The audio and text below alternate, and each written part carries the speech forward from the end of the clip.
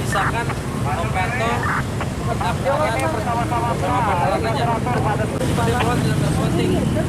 Tapi pada saat tidak pada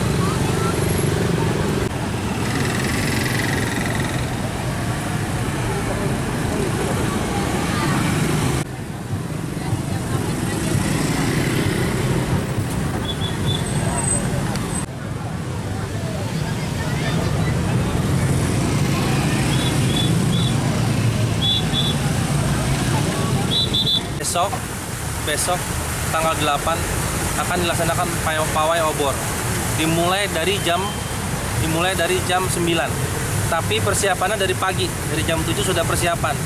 Ada 25 simpang atau jalan yang akan kita tutup karena dari jalan Jat Apagaralam, kemudian Tengku Umar, kemudian masuki ke Raden Intan, masuk ke Adipura, kemudian Jalan Jenderal Sudirman, ke Jalan Diponegoro, Walter Mangunsidi, itu akan kita tutup.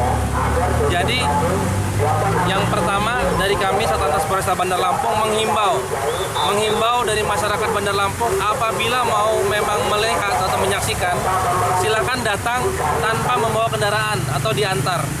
Kemudian ada pengguna jalan yang memang ingin melintas, agar menghindari jalan yang saya sebutkan tadi, agar tidak terjebak. Sampai jam berapa sih Bang ini kegiatannya Bang? Dimulai dari jam 9 itu sudah mulai, tapi persiapannya dari pagi, dari jam 7 itu sudah kita tutup sampai dengan pukul 13.30. Berapa personal yang dilibatkan? Untuk lalu lintas sendiri itu ada 230 personil yang kita libatkan. Jadi setiap titiknya dijaga oleh anggota lantas. Betul sekali. Itu kan